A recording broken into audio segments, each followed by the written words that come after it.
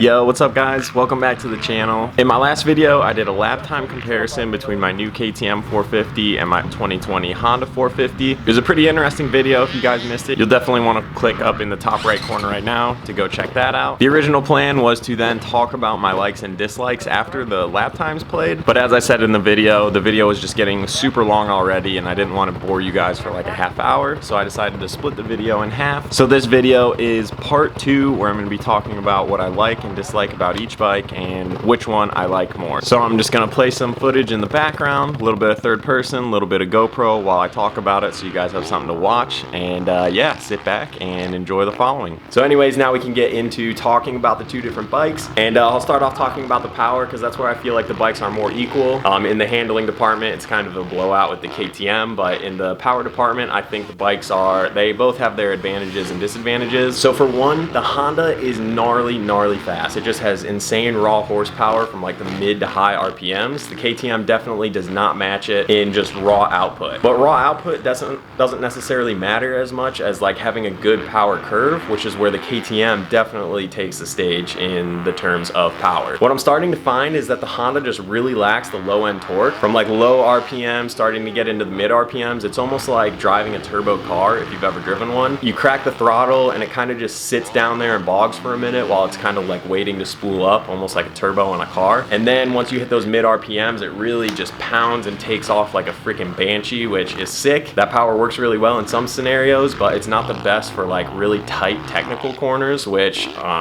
watching the GoPros, you can tell there's a couple of those corners on the track, like some tight 180s with some deep ruts where you just want a really smooth power band to kind of pull through it and get you to the next corner. I'm trying to pull third through those corners because second winds out too much, but I can't quite pull third out of them. And I feel like through this whole section, I'm just kind of like, I'm just trying to get through it, you know. I'm not like attacking it because I'm gonna have to feather the clutch a whole ton or try and come into it second and then shift to third coming out and then shift back down to second. And the time I'm gonna waste shifting just doesn't make up for the extra power that I'm gonna get out of it. So in those really tight, like deep corners, I think the KTM blows the Honda away. The KTM just comes through those corners and has a lot of like low end torque. It feels almost like an electric vehicle.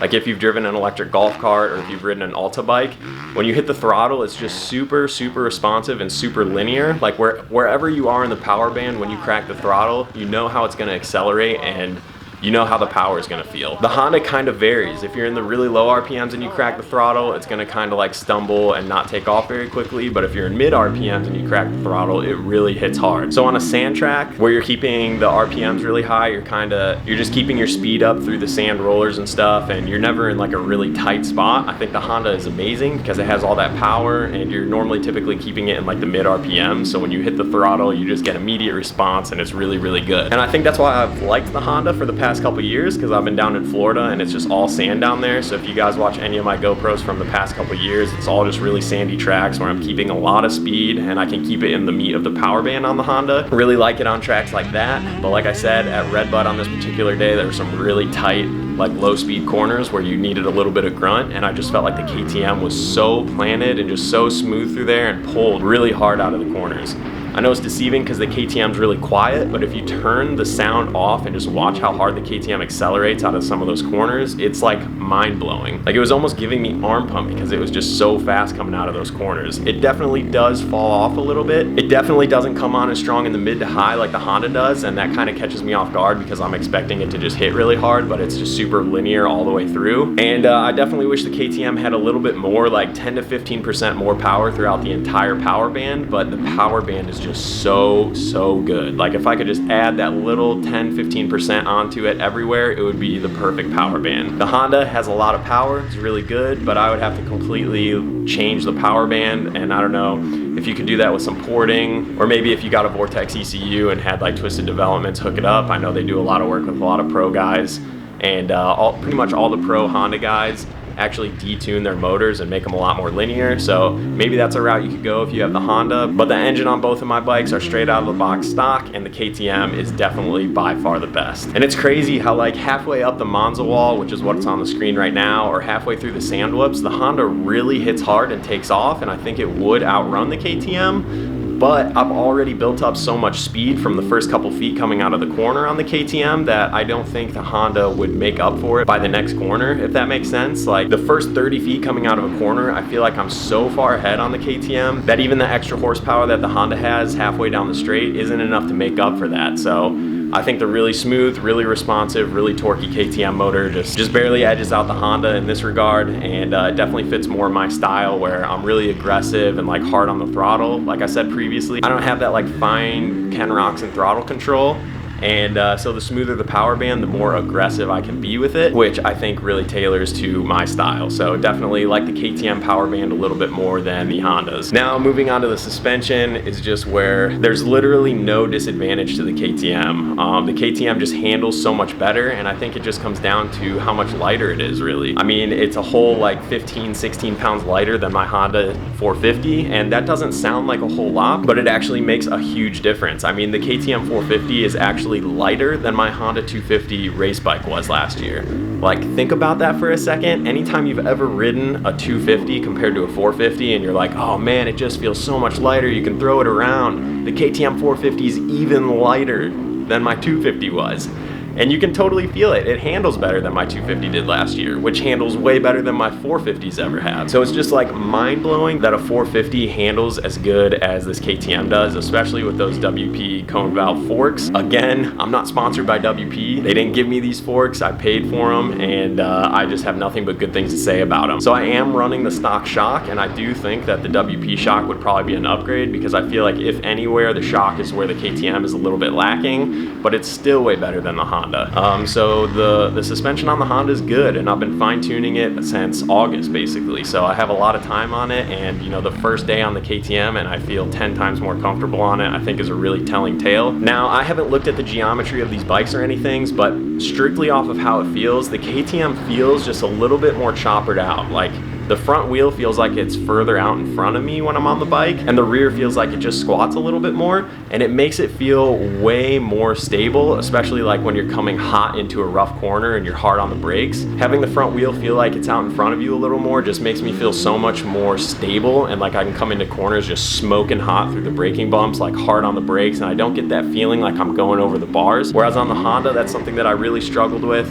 You guys know I've had some trouble with the Honda forks, like the front end gets that twitchiness, and it's kind of a characteristic of the Honda. They just kind of sit a little more stink bug. A lot of people use lowering links to lower the rear a little bit, and you can feel it. It kind of feels like, if you guys are familiar with mountain biking, it feels more like a cross-country race bike, how it's just a little bit more like low and tight in the front, and if you're coming smoking into a corner and you're hard on the brakes, you get the feeling that you're just starting to come up over the front end, and I don't like that. I like to hang off the back of the bike, and the KTM just kind of, again, lends itself to that kind of a riding characteristic. So I'm not going to sit here and say that one is just arbitrarily better than the other, because some people probably like that tight steering. I mean, look at Ken Roczen. He rides really middle in front of the bike, and I think that probably works really well for him. But for me, I like to hang off the back of it. You can look at people like Jeffrey Hurlings or Jason Anderson, Dino, all the tall guys, they like to ride off the back of the bike, and I think having it just a little bit more choppered out is really good for that sort of thing. So I'm just coming into corners with way more confidence, which you guys have already been saying. You can tell from the GoPros that that's the case. So it's really cool to get all that feedback from you guys saying that I look a lot faster on the KTM, because I feel way faster on it, and obviously the lap times say I'm way faster on it. So it's cool to hear you guys say that before I actually posted this video and posted the lap times, just to see, you know, just from the eyeball, if you guys can tell that I'm actually going faster on it. So that's really cool. Another area where the KTM really stands out is coming out of corners, and I think it's a mix of that smooth torque and just the fact that it's a little more choppered out. I feel like no matter where the bike is pointing when I come out of a corner, when I crack the throttle, it just goes in a straight line wherever I'm pointing it. It was really noticeable in the corner before the sand whoops. Normally I get all sketchy in the corner and I spend the first like 3 whoops trying to gain speed on the Honda, and you guys can probably see that in the GoPro. On the KTM, it was like I accelerated as much as I wanted to accelerate before I even hit the first whoop, because as soon as I cracked the throttle, I was just taking off at an insane speed, and I was going perfectly straight into the whoop. And as a result, result, I want to say I got through the whoops like 20% faster on the KTM. That's what it felt like, at least. I was able to carry a lot of speed and do some little double doubles and hop through some little bumps through them and stuff. Whereas on the Honda, I want to say it's mostly the power, because when I get into that corner deep in that berm and I crack the throttle, I have a certain lean angle and I'm expecting the bike to pull me out of the lean angle. But I think on the Honda, when it just kind of has that spooling time, I start to fall to the inside a little bit, and then when it finally hits, I'm already leaning too far over and it kind of tucks to the inside, and then I'm already off balance and I kind of fishtail through the first couple of whoops, and by then on the KTM, I'm already like 2 whoops ahead of where I was on the Honda. So overall in the handling department, in all areas, the KTM just trumps it. I think it's a combination of just the lightweight and that feeling of it being a little more chopper down and stable. Obviously, it's always hard to tell until you get on a pro national track, because they're way rougher and way gnarlier. But if the lap time difference is as big as it is on just a Redbud open ride day, and when the track is shortened, I think on a full length pro national, gnarly track conditions, the KTM is going to be even faster. And maybe you guys are sitting here looking at the lap times and you're like 2, 3, 4 seconds, like that's not worth it, man. But to me, I mean, how many times last year was I 0.2 of a second off from just making it straight into the motos? It was like every round I was less than a second from making it. I went back and looked at a couple of the rounds from last year and reduced my lap time by 3 or 4 seconds in qualifying to kind of mimic how it was at Redbud. And I was qualifying in like the top 20s at some rounds. So if I can mimic that on race day at a pro national, like, dude, I don't want to get ahead of myself, but if I can maintain that sort of speed on race day, like, this season could be pretty insane. That combined with the fact that I think I'm going to be able to finish these motos a lot stronger because of how lightweight the KTM is and how smooth the power band is. I mean, the motos I was doing at Redbud on the KTM were much longer than on the Honda, and I wasn't getting as tired as quick. So literally in every aspect, the KTM suits my style way better. Like I said, I'm strictly speaking about my experience at Redbud on this one day. It could be different for you guys and it could be different on different tracks, but for me personally, that's been my experience. I'm super excited about the KTM and I can't wait for the season to finally start. We're gonna have more videos coming up, fine-tuning the cockpit. We're getting some parts, like some bars, triple clamps, foot pegs, seat covers, taller seat foams, just a bunch of stuff for the KTM to tailor fit it more to me, so that we can make this thing even faster, make me even more comfortable on it. We're gonna get a lot of seat time on this thing, and come the first national, I think we're gonna be absolutely shredding, and man, we gotta get some points this year. That's like,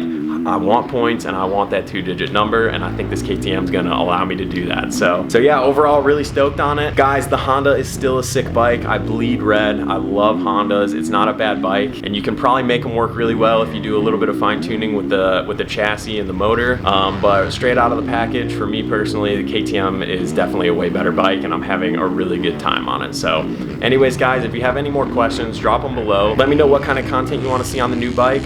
Right now, I've pretty much just been doing GoPros because a lot of the tracks are restricting it to riders only. So Bridget can't really come and get third-person footage, but hopefully that's going to open up here soon. Let me know what you guys want to see. Really loving this bike, and can't wait to do more content on it. So yeah, thank you guys very much for watching this video. Peace out. We'll catch you in the next one. Later, guys.